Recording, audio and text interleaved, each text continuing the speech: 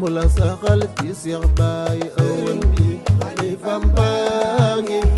njëriñ laa ngi fii loo fi bëgg mu yomb la saxal ci Seex Baay Awal man pii bi moo ma sant ma wax ci Seex Baay Awal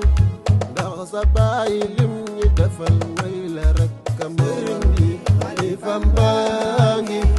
njëriñ laa ngi fii loo fi bëgg mu yomb la saxal ci Seex Baay Awal man kii bi moo ma sant ma wax ci Seex Baay Awal